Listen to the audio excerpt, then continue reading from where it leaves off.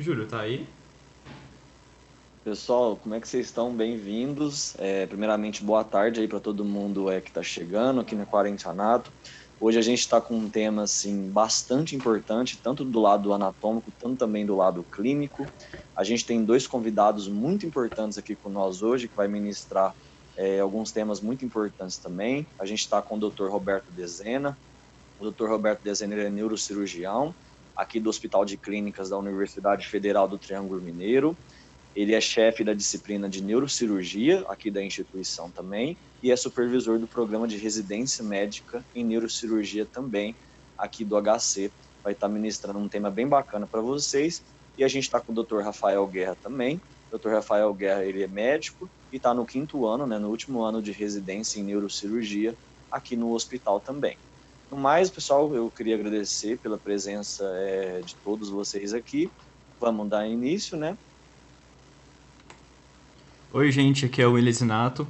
Aqui a gente tem um índice para vocês que vai ser o seguinte. A gente vai começar com a introdução falando da divisão do sistema nervoso, a divisão anatômica e a divisão funcional. Depois a gente vai partir para as células, que são o neurônio e as chamadas células da glia. Depois vamos estudar um pouco sobre as sinapses e depois dos nervos, partindo então para a parte de meninges e líquor. Aqui está como referências, mas a partir daqui vai entrar a parte dos convidados. Em relação a essa ordem aqui, depois de meninges e líquor, vai ter uma parte sobre ventrículo e também vai ter uma parte sobre diencéfalo. Normalmente, diencéfalo não é estudado agora, ele é estudado após tronco encefálico e cerebelo. Então a ordem está um pouquinho diferente do comum. Na próxima aula também a ordem vai estar um pouquinho diferente. Além do mais, como que o tema é muito extenso, para a gente conseguir ministrar esse tema com um pouco de mais calma e poder abordar uns conteúdos um pouco mais importantes, nós vamos fazer em 3 aulas ao invés de 2. 3 aulas de aproximadamente 1h40, por aí, ao invés de ter uma aula muito extensa, como foi a primeira. No mais é isso. Além do mais, né, um detalhe extra é que quando que terminarmos essas 3 lives, essas 3 aulas de sistema nervoso, a gente vai disponibilizar no YouTube uma playlist com os temas divididos. Por exemplo, vai ter um vídeo dividido de introdução, depois um vídeo para meninges, líquor. Então, dessa forma, vocês podem assistir todos os temas na ordem mais recomendada, que a gente também vai orientar como fazer isso pelos grupos do WhatsApp. Falar a ordem mais comum de estudar esse sistema de sistema nervoso central. Então, vamos começar. Boa tarde a todos.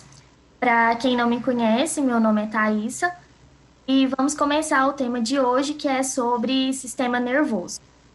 O sistema nervoso, anatomicamente, ele é dividido em sistema nervoso central e em sistema nervoso periférico. O sistema nervoso central, ele é constituído pelo encéfalo e pela medula espinhal. O encéfalo, ele apresenta 3 partes: o cérebro, o tronco encefálico e o cerebelo. O cérebro é constituído pelo telencéfalo e diencéfalo. O tronco encefálico ele é constituído pelo mesencéfalo, ponte e bulbo. Já o sistema nervoso periférico, ele é constituído pelos nervos, gânglios e terminações nervosas. Os nervos, eles podem ser cranianos, que são ligados ao encéfalo, ou espinhais, que estão ligados à medula espinhal. Os nervos cranianos, eles podem ser sensitivos, motores ou viscerais. O sistema nervoso central, ele é responsável por receber e processar as informações. Já o sistema nervoso periférico, ele é responsável por conectar o sistema nervoso central aos membros e órgãos. Pode passar. Do ponto de vista funcional, o sistema nervoso ele é classificado em sistema nervoso motor, sistema nervoso sensorial e sistema nervoso integrativo. O sistema nervoso motor ele é o conjunto de neurônios relacionados com as funções motoras, somáticas e viscerais. O sistema nervoso sensorial ele corresponde ao conjunto de neurônios relacionados com as funções de decodificação e interpretação dos estímulos, originados nos órgãos sensoriais, somáticos e viscerais. Já o sistema nervoso integrativo corresponde ao conjunto de neurônios que realizam a integração sensorial e motora, além de interpretar e elaborar comandos motores. Pode passar. Então, o sistema nervoso ele é composto por duas células, dois tipos de células, os neurônios e as células da glia. Essas células elas se combinam de várias maneiras em diferentes regiões do sistema nervoso, além de formarem as complexas redes de processamento no encéfalo e na medula espinhal. Os neurônios também conectam todas as regiões do corpo com o sistema nervoso central. Os neurônios, eles são muito especializados, e a maior parte dos neurônios perdeu a sua capacidade de sofrer as suas divisões mitóticas. Já as células da glia, elas são menores, mas são mais numerosas que os neurônios. As células da glia, elas fornecem suporte, nutrição e proteção aos neurônios, e ajudam a manter o líquido intersticial que banha os neurônios. Ao contrário dos neurônios, as células da glia, elas continuam dividindo ao longo da vida dos indivíduos. E outra diferença é que as células da glia não gera ou propaga potenciais de ação. Então, quando ocorre uma lesão ou uma doença, as células da glia elas se multiplicam para preencher os espaços que antes eram ocupados pelos neurônios. Um exemplo é tumores encefálicos derivados da neuróglia, chamados de gliomas. Eles tendem a crescer altamente malignos e crescem rapidamente. Então, as células da glia elas são classificadas de acordo com a sua localização, se estão no sistema nervoso central ou se estão no sistema nervoso periférico. As células da glia no sistema nervoso central, elas podem ser classificadas de acordo com seu tamanho, seus prolongamentos citoplasmáticos e sua organização intracelular, em 4 tipos: os astrócitos, os oligodendrócitos, a micróglia e as células ependimárias. Os astrócitos, que são essas células em azul, como visto na imagem, essas células elas têm o formato de estrela e possuem muitos prolongamentos, e são as maiores e mais numerosas células da glia. Elas têm microfilamentos que conferem para elas uma força considerável, permitindo que suportem os neurônios. Elas ajudam a manter um ambiente químico adequado para a geração dos impulsos nervosos, e também elas possuem funções no aprendizado e na memória, influenciando a formação de sinapses neuronais. Essas células também, elas compõem a matriz primordial na barreira hematoencefálica, que protege o tecido nervoso de algumas substâncias do sangue que podem ser tóxicas. Já os oligodendrócitos, que são essas células em cima em vermelhinho, elas são parecidas com os astrócitos, mas são menores e contêm menos prolongamentos. Os prolongamentos dos oligodendrócitos são responsáveis pela formação e pela manutenção da bainha de mielina, que é encontrada ao redor dos axônios do sistema nervoso central. A micróglia, que são essas células em verdinho, elas funcionam como os fagócitos. Da mesma maneira que os macrófagos, elas removem os restos celulares formados durante o desenvolvimento normal do tecido nervoso e fagocitam os micro-organismos e tecido nervoso danificado. As células ependimárias, que são essas embaixo, elas são cúbicas ou colunares e elas estão dispostas em uma camada única. Elas apresentam microvilosidades e cílios. Elas revestem os ventrículos encefálicos e o canal central da medula espinhal. Do ponto de vista funcional, essas células produzem, monitoram e auxiliam na circulação do líquido cerebroespinhal. Já as células da glia do sistema nervoso periférico têm de 2 tipos, as células de Schwann e as células satélites. As células de Schwann, elas envolvem os axônios do sistema nervoso periférico, assim como os oligodendrócitos. Elas formam a bainha de mielina ao redor do axônio. Essas células, elas participam também da regeneração do axônio, que ocorre mais facilmente no sistema nervoso periférico que no sistema nervoso central. As células satélites são células achatadas que envolvem os corpos celulares dos neurônios nos gânglios do sistema nervoso periférico.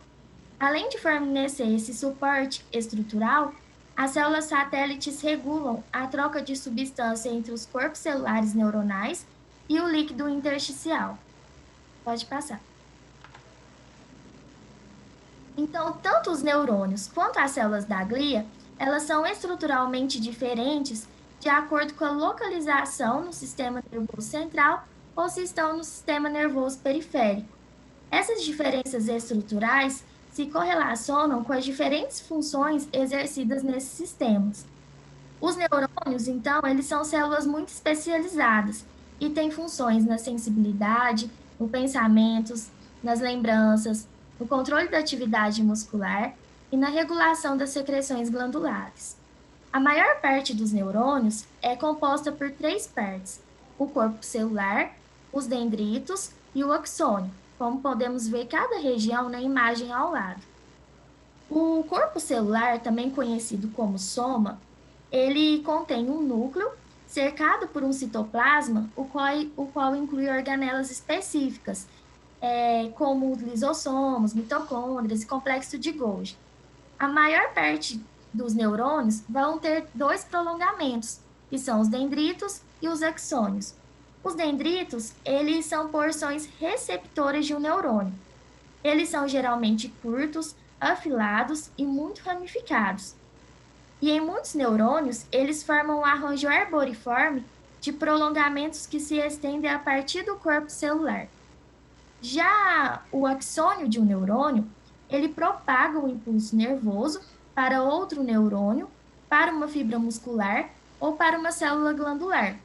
Ele é uma projeção longa, fina e cilíndrica, que geralmente se liga também ao corpo celular.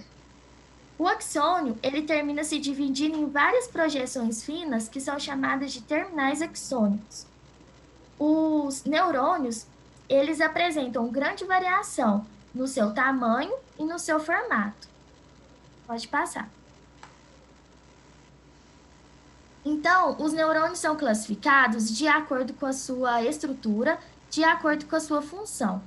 De acordo com a sua estrutura, eles são classificados de acordo com o número de extensões que se projetam a partir do corpo celular.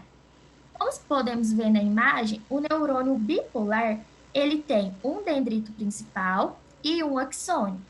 Eles são encontrados normalmente na retina, na orelha interna e na orelha olfatória do encéfalo. Os neurônios multipolares, geralmente eles têm vários dendritos e um axônio. A maioria dos neurônios multipolares são os neurônios do encéfalo e da medula espinhal, que é desse tipo, bem como todos os neurônios motores. Os neurônios pseudo-unipolares, eles têm dendritos e um axônio que se fundem para formar um prolongamento contínuo, que emerge a partir do corpo celular. Esses neurônios, eles são chamados de pseudo-unipolares porque, na verdade, no embrião, eles são bipolares e durante o desenvolvimento, os dendritos e os axônios se fundem e formam essa extensão única. Pode passar.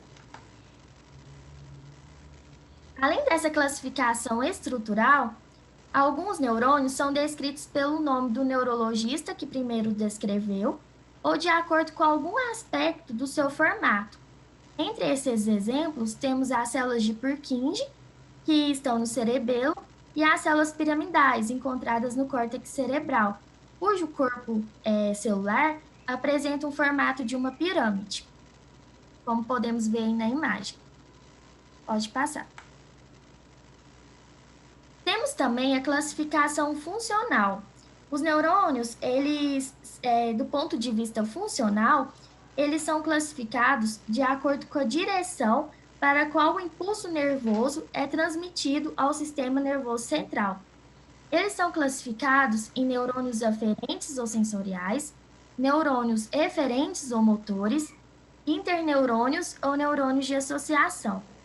Os neurônios aferentes ou sensoriais é quando um estímulo ativa um receptor sensitivo, ele gera um potencial de ação em seu axônio que é transportado para o sistema nervoso central, por meio de nervos cranianos ou espinhais. E a maior parte desses neurônios sensitivos é estruturalmente classificados como sendo unipolares. Os neurônios deferentes ou motores transportam o potencial de ação para fora do sistema nervoso central, em direção a efetores, ou seja, músculos e glândulas, no sistema nervoso periférico, por meio de nervos cranianos ou espinhais. E do ponto de vista estrutural, a maioria são classificados como multipolares. Os interneurônios ou neurônios de associação, eles estão localizados principalmente no sistema nervoso central, entre os neurônios motores e sensoriais. Os interneurônios, eles processam as informações sensitivas vindas dos neurônios sensitivos e então promovem uma resposta motora, por meio da ativação dos neurônios motores. E a maior parte desses neurônios são classificados como sendo estruturalmente multipolares. Pode passar. Oi, pessoal, boa tarde. Para quem não me conhece, meu nome é Larissa, eu estava com vocês na semana passada e agora a gente vai dar continuidade no nosso conteúdo falando de sinapse. Agora que nós já sabemos o que é um neurônio e qual que é a função principal dele, a gente sabe que ele precisa se comunicar com outros neurônios e com outras células do corpo. Então, é essa comunicação que a gente chama de sinapse. Agora eu vou dar uma explicação básica, completamente básica para vocês de como que ocorre a sinapse, sem entrar na fisiologia, porque não é o nosso objetivo. Primeiramente, precisa acontecer um estímulo, uma mudança externa, uma mudança de ambiente. Esse estímulo vai ocasionar uma onda elétrica que vai percorrer toda a superfície do neurônio transmissor, que é esse que está mais à direita dessa nossa imagem. Essa onda elétrica vai chegar no final do axônio e vai ser transmitida para o neurônio receptor. Já vou explicar para vocês de que forma que ela vai ser transmitida. O que importa saber agora é que esse neurônio receptor também vai ter o princípio de uma onda elétrica que vai se propagar por ele e vai chegar até o terminal axônico e vai passar a informação assim por diante até que ela chegue ao seu alvo. Aqui, nessa imagem, a gente tem representado uma comunicação entre dois neurônios. Porém, é importante saber que pode existir uma sinapse entre um neurônio e outro tipo de célula, como por exemplo, uma célula muscular. Outra coisa que é importante ressaltar nessa imagem é que o neurônio e a célula subjacente, elas não se tocam fisicamente. Existe um espaço entre elas onde essa informação é lançada. Esse espaço ele é chamado de fenda sináptica. Pode passar para o próximo slide, por favor. Aqui eu estou mostrando para vocês os dois tipos de sinapse que existem. À esquerda, nós temos uma sinapse química, onde a onda elétrica se propaga pela superfície do neurônio transmissor, também chamado de neurônio pré-sináptico, e ela vai ser convertida, ela vai ocasionar a liberação de um sinal químico, chamado de neurotransmissor. Esse sinal químico é que vai chegar na membrana do neurônio pós-sináptico, também chamado de neurônio receptor, que vai ocasionar a formação, a origem daquele novo sinal elétrico, que vai percorrer o neurônio receptor e assim sucessivamente até que chegue ao seu alvo e efetue a sua ação desejada. Agora, do lado direito, a gente tem a representação da sinapse elétrica. O que ocorre de diferente é que o sinal elétrico que percorre o neurônio pré-sináptico, ele não vai ocasionar a liberação de um sinal químico. Ele vai ser propagado por uma junção comunicante por meio de um canal que atravessa esse espaço, essa fenda sináptica, diretamente para o próximo neurônio ou para a próxima célula, a célula pós-sináptica.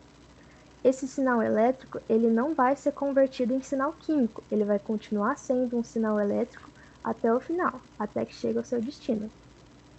O que é importante a gente ressaltar disso é que a maior parte das sinapses humanas são químicas. Existem sinapses elétricas no organismo humano, mas elas são a minoria. Pode passar o slide, por favor. Aqui a gente acabou de falar dos neurônios. Agora a gente vai entender o que são os nervos. Primeiramente, a gente tem o axônio, que é a parte mais longa de um neurônio. É esse axônio que vai se unir com outros axônios de outros neurônios para originar o nervo. Então, pera lá. A gente tem um grupo de neurônios, aqui representados esse mielinizado, que é o mais roxinho, e o não mielinizado, que é o azul. São 2 axônios, então a gente vai ter uma aglomeração desses axônios que vão formar fascículos. Ou seja, um grupo de axônios de neurônios formam um fascículo. E grupos de fascículos envolvidos por uma membrana vão formar um nervo. Então, um nervo nada mais é que um aglomerado de axônios de neurônios. Por isso que a informação corre pelo nervo, porque são nada mais do que os axônios dos neurônios. Pode passar o slide. Aqui a gente chega na última parte da nossa introdução e, inclusive, uma das mais importantes. Vocês já viram na classificação funcional dos neurônios que eles podem ter uma modalidade aferente e uma modalidade eferente. Mas dentro disso, a gente entra em alguns detalhes que eles são necessários para explicar como que essa informação é captada ou como que ela é recebida. É basicamente uma modalidade do neurônio que ela diz pra gente o que esse neurônio faz no nosso corpo. Então, primeiro aqui a gente vai falar da modalidade aferente, que é aquela que trata das percepções do corpo humano. O aferente somático é aquela percepção que está relacionada com estímulos físicos. Calma lá, vou explicar para vocês, vai ficar mais fácil. Nós temos 2 classificações dentro da modalidade aferente somática. A primeira é a modalidade aferente somático geral. Essa modalidade, ela trata dos sentidos de tato, dor, temperatura e pressão. Percebem que é um estímulo físico do corpo? Além disso, ainda dentro desse geral, a gente tem uma sensação que eu não consegui achar nenhuma imagem que representasse, porque ela é mais ou menos abstrata, mas eu vou tentar explicar aqui para vocês. O nome é propriocepção. No que ela consiste? Se você fechar os olhos e posicionar a sua mão na frente do rosto, mesmo não vendo a sua mão, você tem a sensação de que ela está lá. Você tem a sensação de que ela pertence ao seu corpo e uma sensação espacial, uma noção espacial de onde ela está. Essa é a propriocepção. É um sentido muito importante e muitas vezes ele acaba sendo esquecido. Agora a gente vai passar para a modalidade aferente somática geral. A modalidade aferente somática... agora é especial. A modalidade aferente somática especial, ela trata dos nossos sentidos, aqueles dos 5 sentidos, os 3, que são percebidos por estímulos físicos. O primeiro, a visão, que é recebida por ondas de luz eletromagnéticas. O segundo, a audição, que são ondas sonoras mecânicas. E o terceiro, o equilíbrio, que são os movimentos e a estabilidade do corpo. Perceberam que todos esses são estímulos físicos, né? Então, agora a gente passa para a parte aferente visceral. Ela não mais trata de estímulos físicos, ela vai tratar de estímulos químicos, que ocorrem dentro do corpo ou mesmo estímulos fora do corpo. A modalidade aferente visceral geral, ela vai tratar de fome, sede e também dor visceral, como por exemplo as cólicas. A modalidade aferente visceral especial vai tratar dos nossos 2 sentidos que estão relacionados com estímulos químicos, o olfato e a gustação.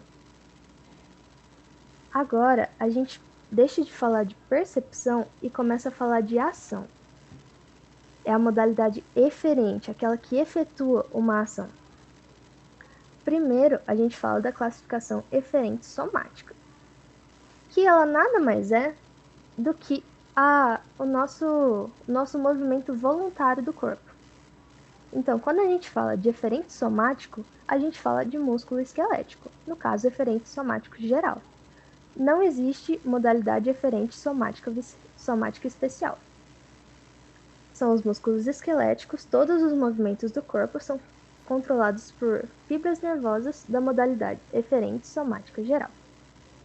Passando para eferente visceral geral, a gente está falando de movimentos que não mais são voluntários, agora são movimentos involuntários, aqueles controlados pelo sistema nervoso autônomo, que muita gente viu no cursinho, simpático, parasimpático, porém não é o nosso objetivo entrar neles agora.